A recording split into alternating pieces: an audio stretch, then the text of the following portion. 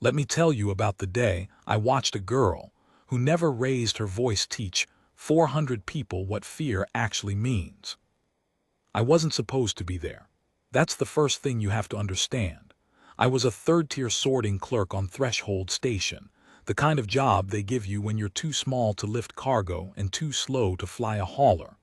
My whole career was scanning crates and pretending I mattered. So when I tell you I saw the whole thing, start to finish, I need you to know I had a front row seat by pure accident. I was hiding behind a recycling column, eating food I'd stolen from the commissary when it began. And it began so quietly. That's the part nobody believes. Everyone expects the story to start loud. They want screaming and alarms and red lights spinning off the ceiling. But the truth is, the worst thing I ever saw started with a girl sitting alone at the end of a bench, peeling the skin off a piece of fruit with her thumbnail, not bothering anyone. Her name was Calla Voss, human. You have to remember what that word meant to us back then. Human. It didn't mean anything yet, not to most of the galaxy. They'd only opened the first labor corridors with Earth maybe 6 cycles before, and we got a trickle of them on the outer stations, workers mostly, signing contracts they couldn't read, taking jobs nobody else wanted. They were soft-looking. Pink and brown and pale, no shell, no scales, eyes set forward like little predators but with these flat, blunt teeth that couldn't tear anything. They moved slow. They got tired. They needed 8 hours of unconsciousness every cycle just to keep functioning. Can you imagine? 8 hours lying down, completely defenseless. We thought they were a joke. I'm being honest with you. We did. I thought she was a joke too. The first time I saw Calla, she was being walked through the intake corridor by a station officer, and she had this little bag clutched against her chest, and she kept stopping to look up at things, the light wells, the cargo cranes, the big slow-turning ventilation fans the size of a freight door. Stopping and staring like a child. The officer kept making this clicking sound to hurry her along. I remember thinking, that one won't last a month. I have never in my life been so wrong about anything. Threshold Station was not a nice place. I want to set the scene properly, because if you don't understand the station, you won't understand what happened on it. It was old, built back when the Combine was still expanding, one of those modular junk rings they bolted together out of 100 salvaged hulls and never finished.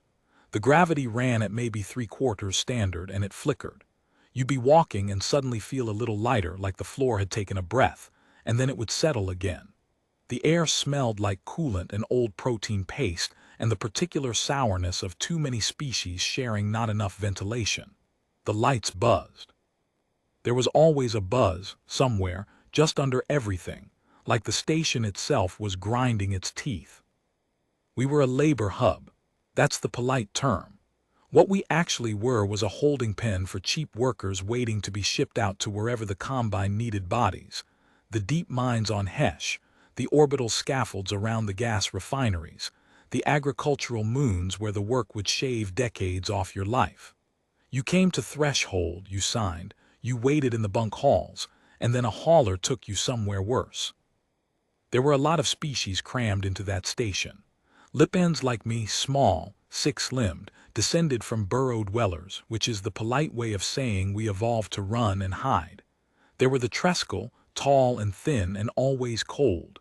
There were the moss-skinned Bolu who never spoke above a whisper, and there were the Dravani. You have to know about the Dravani. They came from a low-gravity world, one of those big puffy planets where everything grows enormous because nothing weighs much. So the Dravani were huge. Twice my height, 4 times my mass, slabs of muscle under thick gray hide, with these wide flat faces and small mean eyes and arms that could fold a cargo door in half. On their homeworld they were probably graceful. In our gravity they were like walking mountains, slow and heavy, and they knew it, and they hated being slow, and so they made everybody else feel small to make up for it. The Dravani ran the bunk halls, not officially. Officially the station had officers and a manifest system and rules, but you know how it is in a place like that. The rules are what the strongest creature in the room says they are. And the strongest creatures in the room were the Dravani, and the strongest of the Dravani was a male named Vorik. Vorik. I still don't like saying the name. It still does something to the bottom of my stomach. He wasn't the biggest Dravani on the station. He was the meanest. There's a difference, and the difference matters. The biggest ones were usually content, too much muscle to feel insecure, you know. They'd shove you out of a food line and forget about you. Vorik wasn't like that. Vorik paid attention. He learned what you were afraid of. He learned your name and the names of your bunkmates and which shift you worked, and then he would use all of it slowly, like he enjoyed taking his time. He'd taken 3 of my ration chits in my first month and made me thank him for the privilege of giving them. He'd cracked a Bolu's whisper cord just to hear what the silence sounded like after. He had a laugh that wasn't really a laugh. It was a sound he made when he wanted you to know you were about to have a bad day. Everybody was afraid of Vorik. Everybody. The officers looked the other way because Vorik kept the bunk halls orderly, which meant nobody complained, which meant the officers had less work. It was a clean little system. He hurt people, and his hurting kept everyone too scared to report the hurting, and the people in charge got to write no incidents on their shift logs and go to sleep. So that was Threshold. That was the world Calla Voss walked into with her little bag held against her chest, stopping to stare at the ventilation fans. For the first while nobody bothered her, not out of kindness, out of disinterest. She was small for a human, and humans are already small to most of us, and she was quiet. I mean genuinely, deeply quiet. She didn't fill silence the way most people do. She'd sit at the end of a bench in the common hall during the meal cycles and she'd just be there, watching. She had this way of going completely still, so still you'd forget she was a living thing, and then she'd move and it would startle you because you'd stopped accounting for her. I noticed that early, the stillness. I didn't think anything of it then. I thought she was just timid, a timid little soft thing far from home. She kept to a tiny routine. She'd take the early work shift in the recycling decks, the worst shift, the one where you breathe the most chemical haze, and she'd do it without complaint. And she'd do it well, faster than the rest of her shift crew, though never showing off about it. Then she'd come back, eat alone, and sit on her bench, and sometimes she'd take out a flat little device and look at pictures on it. And her face would do this thing humans do, where the water leaks out of their eyes when they're sad. Crying, they call it. I'd never seen it before her. I thought she was injured the first time. I almost reported it. She was looking at pictures of green. That's what I figured out later. Pictures of her homeworld. All that green, all that open sky, all that gravity she'd grown up under. And here she was on a flickering junk ring breathing coolant fumes, 8 light corridors from anything she loved. I felt sorry for her. I'm not ashamed to say it. I felt sorry for the quiet little human who couldn't possibly survive a place like Threshold. And here is where I have to tell you the thing I didn't understand, the thing none of us understood. We didn't know what kind of world she came from. You hear the word Deathworld now and everybody knows what it means. Back then it wasn't a word yet. Back then Earth was just a line on a labor manifest, a planet code, a column of contract numbers. The Combine surveyors had logged it as high hazard viable, which is a category, not a warning. Nobody read the fine print. Why would you? It was just another rock that grew people willing to work cheap. But let me tell you what that fine print said, because I went and found it later. I made myself find it. Earth's gravity is heavier than standard. Not by a little. Every human you ever meet has spent their whole life dragging their own body through a pull that would leave a Dravani gasping on the floor. They walk through it. They run through it. Their children play in it. Earth's atmosphere is full of an element that is, technically, a slow poison. It rots metal. It turns iron to powder over years. The humans breathe it on purpose, constantly, and have built their entire chemistry around running on the stuff like it's nothing. Earth has weather that kills, storms that flatten cities, cold that stops a heart in minutes, heat that boils the water out of a body, and the humans don't flee these things to other planets. They have nowhere to flee to.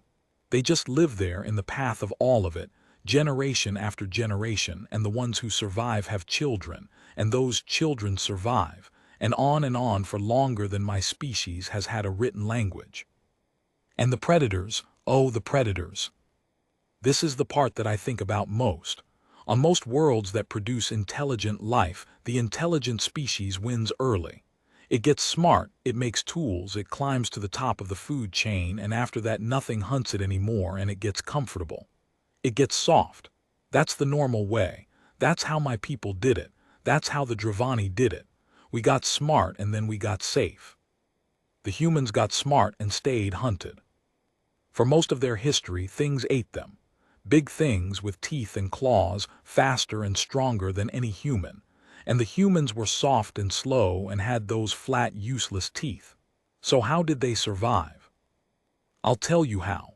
The Surveyor report had a line about it that I have never forgotten. It said human beings are persistent predators.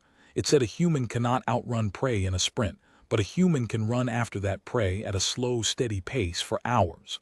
For an entire day if it has to. Across desert, across mountains, through heat that would drop any of us, the human just keeps coming. It does not stop. It does not tire the way other things tire. It follows the wounded animal until the animal's heart simply gives out from exhaustion and terror. And then the human, barely winded, walks up and finishes it.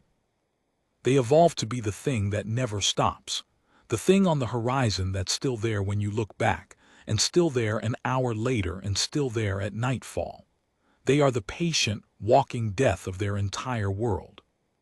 We didn't know any of that. We saw the flat teeth and the soft skin and the 8 hours of sleep, and we thought harmless. Calla Voss knew. She knew exactly what she was. She just hadn't found a reason to show us yet. The first time Vorik noticed her, I almost didn't see it happen. It was nothing. A meal cycle, the common hall crowded and loud, everybody hunched over their paste trays. Calla was at her bench, peeling her fruit with her thumbnail like always, and Vorik came through the line, and his shadow passed over her tray, and he stopped. I held my breath. I think a lot of us did. You learned to track Vorik the way you'd track a falling crate. You watched where the danger was, and you got out from under it. He looked down at her, she looked up at him. And here's the thing, she didn't flinch. I'm not saying she challenged him. She didn't. She just looked up calm, the way you'd look up at a noise, and then she looked back down at her fruit and kept peeling, like he was a draft of cold air, like he was weather. Vorik wasn't used to that. He was used to the flinch. The flinch was the whole point of being Vorik. He stood there a moment longer than he needed to, and his small eyes narrowed, and then he took her fruit. Just reached down with 2 thick gray fingers and took the half-peeled fruit right out of her hands, and he held it up, and he looked at it, and he laughed that not laugh. Soft food, he said in trade speak loud enough for the hall. Soft food for the soft thing. And he ate it, 2 bites. Gone. He dropped the peel on her tray and walked on, and the hall did its nervous laugh, the laugh everybody did when Vorik did something. The laugh that meant please don't pick me next. Calla looked at the peel on her tray. Then she looked at Vorik's back as he walked away. I want to describe her face to you, but the truth is it didn't do anything. That's what made the back of my neck go cold, though I didn't understand why at the time. It didn't do anything. No anger, no fear, no tears like with the pictures. She just watched him go with this flat, patient, measuring look. The same look I realized later that her ancestors must have worn watching prey limp away across the savannah. The look that said, I have time. She picked up the peel, and she folded it neatly, and she set it to the side. And she went back to her meal like nothing had happened. I didn't sleep well that cycle. I couldn't have told you why. It went on like that for a while. Weeks. Vorik had found a new toy, and Calla was small and quiet and didn't fight back, which to a creature like Vorik was the most delicious thing in the universe. Something that wouldn't fight back. Something he could push and never get pushed in return. He took her ration chits.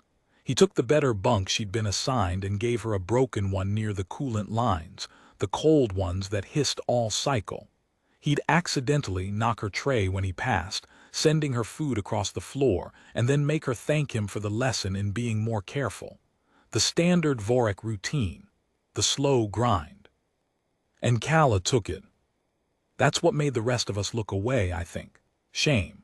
Because we kept waiting for her to break, to cry, to beg, to do something that would let us tell ourselves she was just a victim like the rest of us, that there was nothing to be done. But she didn't break.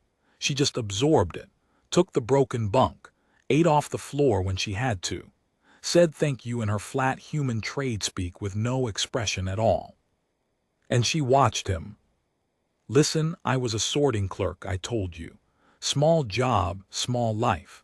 But a small life teaches you to notice things, because noticing things is how small creatures stay alive. And I started to notice what Calla was doing under all that quiet. She was learning him. She watched which way Vorik favored when he turned, always to his left, like one of his hips was stiff in our gravity.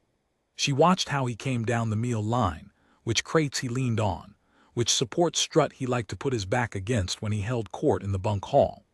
She watched the schedule of the officers, when they swept the halls and when they didn't, which corridors had working cameras, and which had the dead dark ones nobody had fixed in a decade.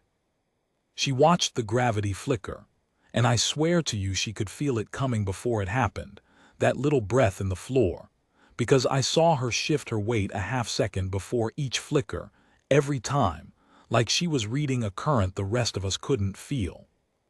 She was mapping him. She was mapping the whole station, the way her ancestors mapped the migration paths of the things they hunted, quietly, patiently, taking her time because time was the one weapon her whole species was built around. I think, and I've had a lot of cycles to think about it, I think Calla had decided what she was going to do very early on, maybe that first day when he took her fruit, and everything after that, all those weeks of taking it, all that quiet absorbing of every cruelty he handed her, that wasn't surrender. That was the hunt. She was following the wounded animal across the savannah. She was just waiting for its heart to give out. She had no idea, and neither did I then, that the thing that would make Vorik's heart give out wasn't going to be his. It was going to be someone else's. The someone else was a Bolu boy named Seth. You remember I told you about the Bolu, moss-skinned, soft-spoken, never above a whisper. They communicate partly through these cords in their throats that vibrate at frequencies most of us can barely hear, this low, gentle humming that they use for everything from talking to soothing their young. Vorik had cracked a grown Bolu's cord once, like I told you, just to hear the silence, so you can imagine how the Bolu felt about him. Seth was young, barely more than a child by Bolu reckoning, shipped to Threshold with a work crew after something happened to his family that nobody talked about. He was the kind of kid who tries to make himself small, who eats fast so he can leave the hall before anyone notices him, who flinches at loud sounds. He flinched at everything, actually. He was a flincher. And Vorik loved a flincher the way a creature like Vorik loves anything that gives him what he wants. But here's the thing about Seth. He'd taken to following Calla around. I don't fully know why. Maybe because she was quiet too, and quiet creatures find each other. Maybe because she never hurt him, and on Threshold that was rare enough to be precious. He started sitting near her at meals, not next to her, never next to her. He was too shy for that, but at the same bench. A careful arm's length away. And Calla let him. She'd peel her fruit and slide half of it down the bench to him without a word, without even looking, and he'd take it, and they'd eat in silence together, the soft little human and the moss-skinned boy, two quiet things at the end of a loud bench. And once, just once, I saw Calla smile. It was at something Seth hummed. I didn't catch what it was in that low Bolu register I can barely hear, but whatever it was, Calla's face changed, and the water didn't come out of her eyes this time. The corners of her mouth went up instead, and her flat, blunt teeth showed, and for just a moment she looked like a completely different creature. Young, soft, almost happy. I think that's when she stopped being just a quiet stranger to me. I think that's the moment I started, without realizing it, being on her side. Vorik noticed the two of them too. Of course he did. Vorik noticed everything. I told you that was the thing about him. He noticed that the soft human had made a friend, that the two flinchers had found each other, that there was now a small, warm thing in the bunk hall that he hadn't yet put his hands on. And to a creature like Vorik, a small, warm thing is not a thing to be left alone. It's a thing to be broken, so everyone can see that he can break it. I want to slow down here because what happened next happened over a single cycle, and I've replayed it so many times that I can give it to you almost minute by minute. This is the part where the quiet ends. This is where the floor takes its breath and doesn't let it back out. It started in the recycling deck. Calla worked the early shift down there, like I said, the worst shift, the chemical haze, the place the cameras had been dead for years because nobody important ever went down to fix them.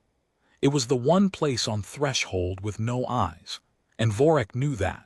Vorik knew where the eyes were better than the officers did. Seth had started coming down to the recycling deck to wait for Calla at the end of her shift, just to walk back up with her. That's all. A shy boy wanting to walk back with his one friend so he wouldn't have to cross the bunk halls alone. Vorik followed him down. I wasn't there for the start of it. I want to be honest about what I saw and what I pieced together after, because the truth matters in a story like this, and I won't pretend I saw things I didn't. What I pieced together is this. Vorik caught Seth alone, in the haze, in the place with no eyes before Calla's shift had ended. And he did what Vorik did. He hurt him. Not all the way. Vorik was careful when he wanted to be. He knew exactly how much damage left a mark the officers would have to notice and how much could be waved away as an accident, a fall, a clumsy soft thing tripping over a cargo line. He hurt Seth the careful amount. Enough to crack one of the boy's throat cords, the cruelty he was known for, the signature, the silencing. Enough to leave the boy curled on the deck plating in the chemical haze, making no sound, because he couldn't make a sound anymore, just shaking, with that gentle moss skin gone gray. And then Vorik waited. Because that was the real point. Hurting Seth wasn't the point. Seth was just the bait. Vorik wanted Calla to walk in and find him. He wanted to be standing over the broken boy when the soft little human came around the corner, so he could watch her face finally do the thing it had never done. He wanted the flinch. He'd been hunting that flinch for weeks. He'd taken her food and her bunk and her dignity and never once gotten it. And now he'd found the one lever that would finally pull it out of her. And he stood there in the haze over the shaking boy, and he waited for his prize. I told you Vorik paid attention. I told you he learned what you were afraid of. He'd learned wrong. He thought Calla was afraid of being hurt. He'd had it backwards the whole time. Calla was never afraid of being hurt. She'd grown up on a world that hurt her every single day just by existing, a world of heavy gravity and poison air and things with teeth, and she'd survived all of it, and pain was just the texture of being alive to her. Pain meant nothing. What Calla was afraid of was being the kind of creature who let her friend be hurt and did nothing.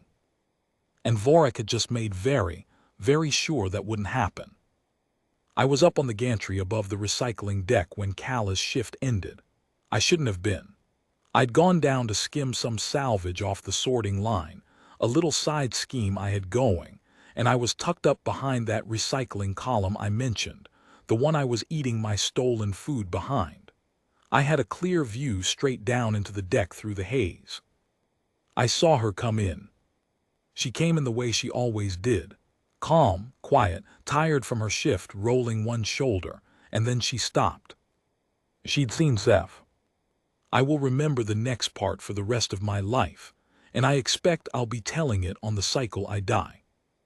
She did not run to him. That's what struck me first. Any of us would have run, would have cried out, would have rushed over, would have made 1,000 panic sounds. Calla didn't. She went still. That terrible total stillness of hers, the one that made you forget she was alive. She stood at the mouth of the deck and she looked at Seth on the plating, shaking, gray, silent. And then she looked up slowly and she looked at Vorik standing over him. And Vorik smiled. He got his flinch, or thought he did. He saw her stop, saw her go still, and to him that stillness read as fear, as freezing, as the prey finally locking up the way prey does when the predator finally has it cornered. He didn't understand. He had it exactly backwards, right up to the very end. Because that stillness wasn't the stillness of prey. It was the stillness right before a human starts to move. I left you on the gantry, didn't I, tucked behind that recycling column with my stolen food going cold in my hands, looking down through the chemical haze at a quiet little human standing perfectly still, while the cruelest creature on Threshold Station smiled at her over the body of her one friend. Let me pick it back up there, but I have to warn you first. Everything I'm about to tell you, I saw with my own eyes. I didn't piece this part together later. I didn't hear it secondhand in the bunk halls. I watched it happen from start to finish, and I have never in my life been able to fully unsee it. I don't want you to think I'm exaggerating. People always think the witness exaggerates, but I'm a sorting clerk. I count things, I notice things, and I'm going to tell you exactly what happened, no bigger and no smaller than it was. It was bad enough at the right size. So the deck. Seth was on the plating, curled up, shaking, that beautiful moss-green skin of his gone the color of old ash. His throat cord was cracked. I could tell because he was trying to hum and nothing was coming out, just this awful little broken hiss, like a kettle that's lost its whistle. He was trying to make a sound to warn her, I think, to tell her to run, and he couldn't. Vorik had taken even that from him. Vorik stood over him with his back against the support strut, the one he always leaned on, the one Calla had watched him favor 100 times. His arms were folded. He was relaxed.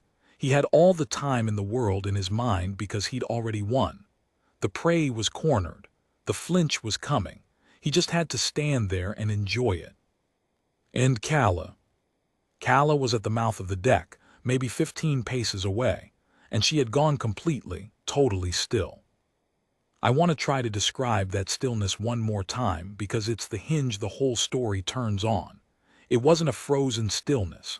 It wasn't the stillness of something that's scared and locked up. I'd seen that kind of stillness 100 times on Threshold. I'd had it myself, plenty, and it has a quality to it, a trembling, a held breath, a creature gone rigid because it doesn't know what to do. This wasn't that. This was the stillness of something that knows exactly what it's going to do, and is simply deciding when. Her eyes moved.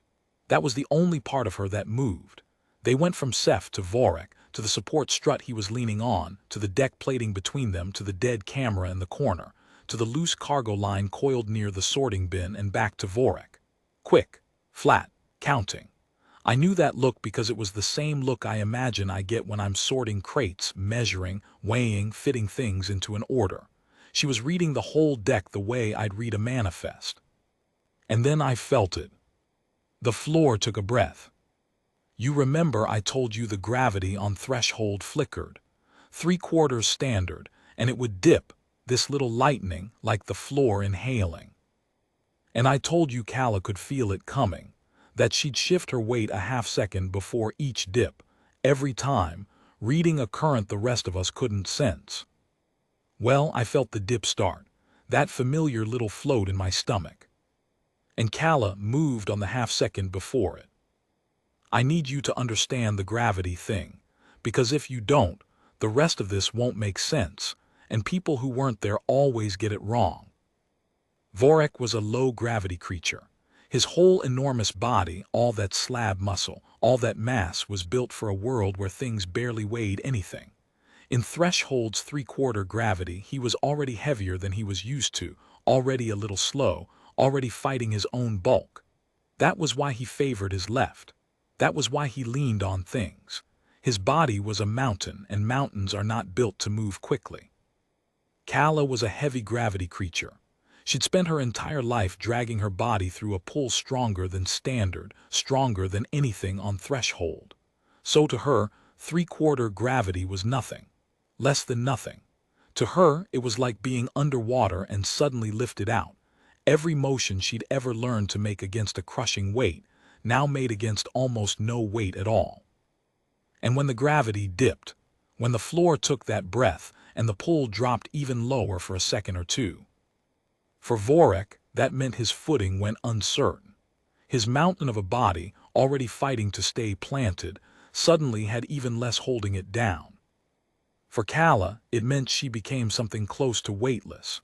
A creature built for crushing weight, abruptly handed a body that weighed almost nothing. She had been waiting for that flicker. That's what I understood, watching her eyes count the room. She wasn't deciding whether. She was waiting for the floor to inhale. And it did. She crossed the 15 paces faster than I have ever seen a living thing move. I don't mean she ran fast. I mean it didn't look like running at all. It looked like the deck got shorter. One instant she was at the mouth of the deck, still as a statue. The next instant she was inside Vorek's reach, under his folded arms, close enough to touch him, and I genuinely could not tell you what her legs did in between. My eyes couldn't hold it. It was too quick and too quiet and too certain. Vorek's face changed. Finally. After all those weeks, Vorek's face finally did the thing he'd wanted Calla's to do. It flinched. His small, mean eyes went wide. His folded arms came apart, too slow, way too slow, that mountain body trying to react and the gravity dip stealing his footing right out from under him. He swung a huge gray fist, a blow that would have folded a cargo door, that would have ended me or any Lipan or any Bolu on the station. He swung it down at where she'd been. She wasn't there. She was a creature who had spent her whole life being hunted by things faster and stronger than her. Every human alive is the descendant of the ones who didn't get hit. Dodging is in their blood, older than language. She slipped the blow like it was weather, like Vorek was a draft of cold air, the same way she'd looked up at him that first day and gone back to peeling her fruit. And then she put her hands on him. Here is where I have to be careful, because here is where people stop believing me, and I don't blame them. I didn't believe my own eyes. I'm telling you the truth as flatly as I can. Calla Voss took down a creature 4 times her mass. She didn't do it with strength exactly, though I learned later that humans are far stronger than they look, that their soft pink bodies are knotted with muscle dense as packed cargo, that a human can put out a sudden burst of force that would tear a Treskel's arm from its socket. But that's not how she did it. She didn't try to overpower the mountain. You don't overpower a mountain. You make the mountain fall. She got low under his center, where all that low-gravity mass was top-heavy and badly balanced in our pull, and she used the gravity dip, used his own bulk, used the half-second where he weighed almost nothing and was off his footing and lunging at empty air, and she turned him. I don't have a better word. She got a grip and she turned with her whole body, with all that heavy gravity strength packed into a frame the size of a child, and Vorek's own mass did the rest. The mountain came down. He hit the deck plating so hard the whole gantry rang. I felt it through my feet 2 levels up. A sound like a cargo crate dropped from a crane. The haze swirled. Seth, on the floor, flinched away from the impact, that broken hiss still leaking out of his cracked throat. And then the gravity came back. The floor let its breath out. Full weight again, 3/4 standard, and now all of Vorek's enormous mass was lying flat on the deck under the full pull, and Calla was on top of him, and a creature that heavy, once it's down, in gravity it's not built for. It doesn't get up fast. It can't. The same bulk that made him a terror standing up made him helpless on his back. He thrashed. He roared, and that was the first sound he made, the first real sound, and it wasn't the not laugh. It wasn't the careful, cruel sound he used to make people afraid. It was the sound a creature makes when it suddenly understands it is in the worst trouble of its life. I had never heard Vorek afraid. None of us had. I didn't know the sound existed. The whole deck heard it, and up in the bunk halls through the open shafts, I think the whole station heard it. People started coming. That roar carried. It went up through the ventilation, through the open gantries, and on a station like Threshold, a sound like that pulls a crowd the way blood pulls scavengers. They came to the railings of the upper decks. They crowded the gantry I was hiding on. Lipens, Treskel, Bolu, even other Dravani. 400 people near enough, packed along every railing that looked down into the recycling deck, staring through the haze. And what they saw was the thing nobody on Threshold had ever seen. They saw Vorik down. They saw the cruelest creature on the station flat on his back, thrashing, unable to rise, his huge gray arms swinging and finding nothing, and on top of him a soft little human girl, calm as still water, holding him down. I heard the crowd go silent, all of them at once, 400 people, and you could have heard a ration chit drop. Because they didn't understand it either. Their eyes were doing the same thing mine had done, refusing it. It didn't fit anything they knew about the world. The soft thing doesn't beat the mountain. The prey doesn't take down the predator. It's not how the universe works. Except there it was, working exactly that way, right in front of 400 pairs of eyes, and not one of them could deny it. Calla didn't hit him. I want to make that very clear because it matters, and it's the part that I think about most. She had him down. She had every reason and every opportunity. She could have hurt him the way he'd hurt Seth, the way he'd hurt the Bolu whose cord he cracked just to hear the silence, the way he'd hurt every one of us in the slow, grinding years he'd ruled the bunk halls. The whole crowd was braced for it. I think some of them wanted it. She didn't. She held him, that's all. She pinned the mountain with her small, heavy-gravity body, calm and patient and absolutely immovable, and she leaned down close to his wide, flat, terrified face, and she said something. I was 2 levels up. I shouldn't have been able to hear it over the buzz of the station and the hiss of the coolant lines. But the deck had gone so quiet, and her voice, that flat, quiet human voice that never rose, not once, in all the weeks I'd watched her, it carried up through the haze clear as anything. She said, I let you do all of it. Vorik went still under her, thrashing stopped, listening. The food, the bunk, all of it. Her voice didn't change, no anger in it. That was the terrible part, no anger at all. I let you, because it was just me and I can take it. I can take anything. You don't know what I can take. She moved her face an inch closer. But you put your hands on Seth. And then she said the thing the whole station would be repeating for years after, the thing that got carried from bunk hall to bunk hall, from station to station, until I heard it told back to me by strangers who had no idea I'd been there to hear it the first time. She said, on my world the small things don't run from the big things. The big things learn to be afraid of the dark, because something in the dark followed their grandparents for 3 days without stopping, and it's still coming, and it never, ever gets tired. She let that sit. Then softer, I'm what's in the dark, Vorik, I have been the whole time, you just couldn't see me holding still. Vorik broke. Not his body. His body was fine, I want to be honest. She never seriously hurt him. The worst he got was the fall and the bruises and the gray hide scuffed up from the deck plating. She could have shattered him and she chose not to, and that choice is its own part of this story, and I'll come back to it. What broke was the thing Vorik was made of, the fear.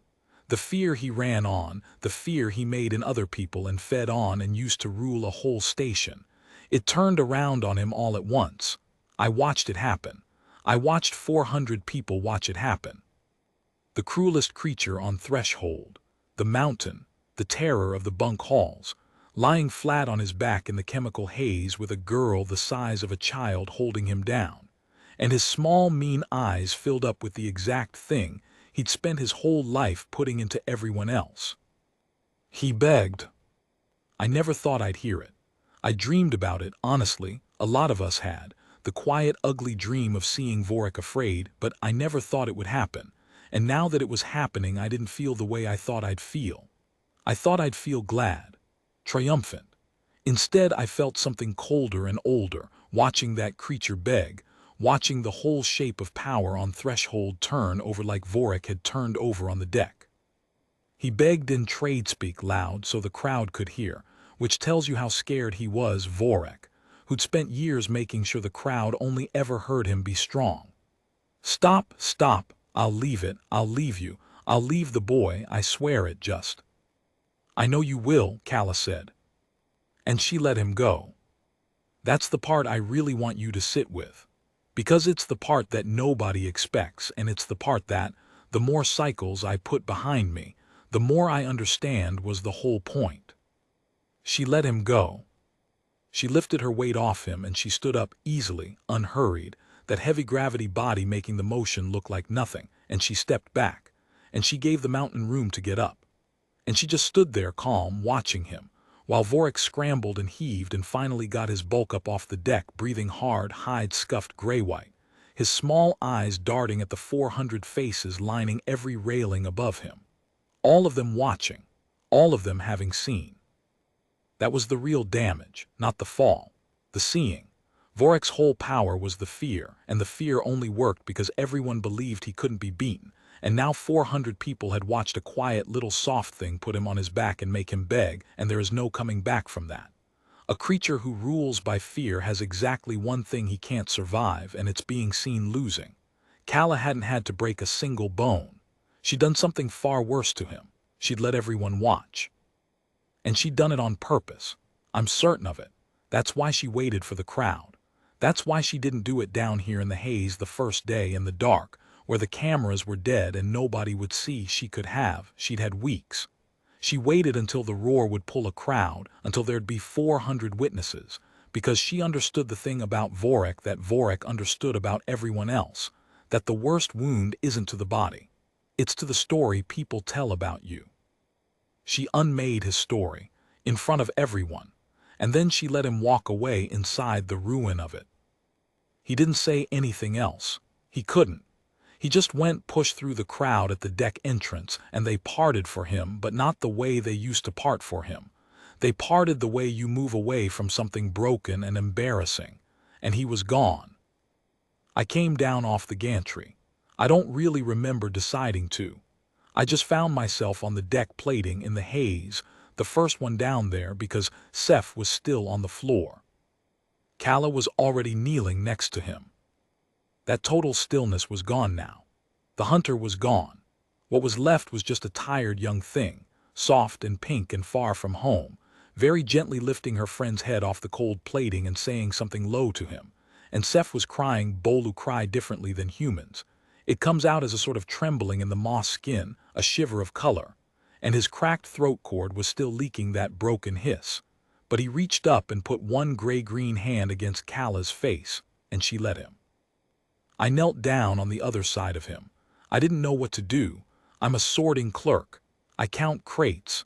But I put my small hand on the boy's shoulder because it seemed like the thing, and Calla looked up at me. I'd never been close to her before. I'd watched her for weeks from across the hall, from up on gantries, always at a distance. This close, her eyes were brown with these little flecks of lighter color in them, and they were so tired, and they looked at me, this small clerk who'd never said a word to her, and she said, quietly, the way she said everything, "Help me get him to the med bay." So I did. That's the truest thing in this whole story, and I'll never let anybody take it from me. The first thing that quiet Deathworld girl did, after she put the mountain on its back and broke the fear that ruled the whole station, the very first thing was ask a small, frightened clerk to help her carry a hurt boy somewhere warm. We carried Seth out together.